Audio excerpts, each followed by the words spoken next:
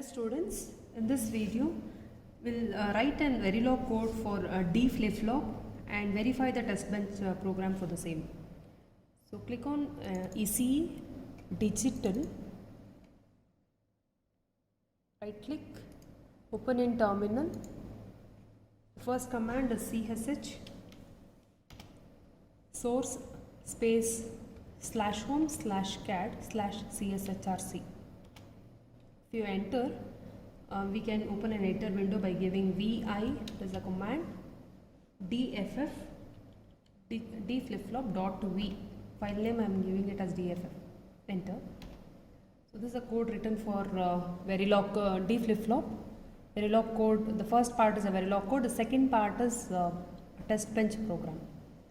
So module name is dff is a module name given. Input is D and clock. So it is edge trigger. So we are giving D and clock as input. Q and Q bar as taken as outputs. So register of inputs always at pause edge of clock. So we are checking the program with respect to the clock. So begin, Q is equal to D. When D is 0, Q is 0.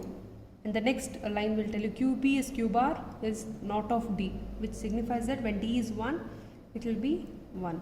So D is nothing but a data flip-flop. This flip-flop stores the value that is on the data line.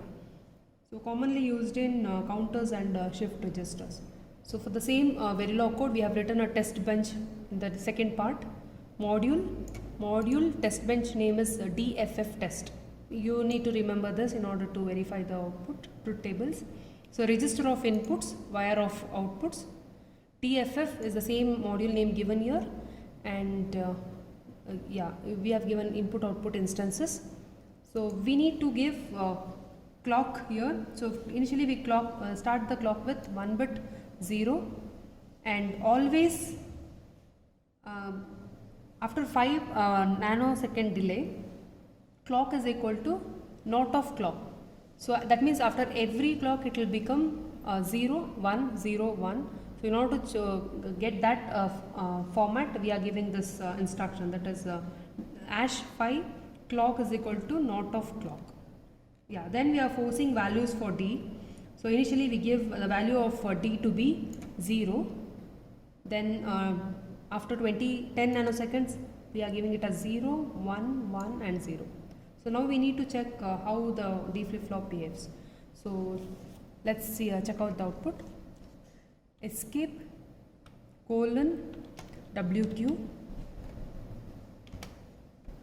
Yeah, compilation step. NC vlog. Module name is dff.v -mess. Enter.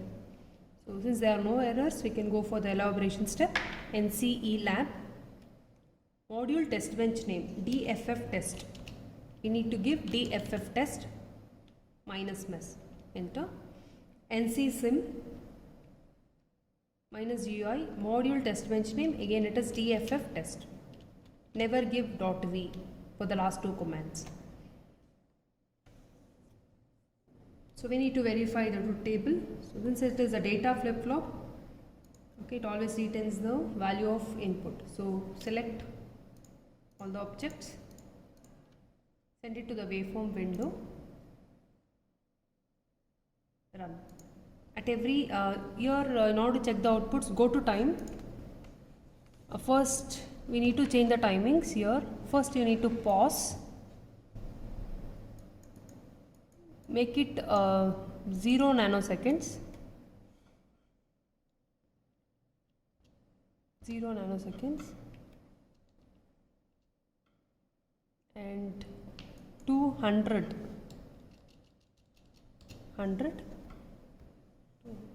and run.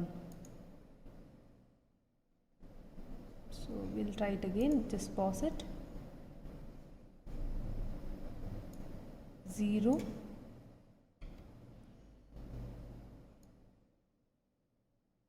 make it 200 or 100, enter.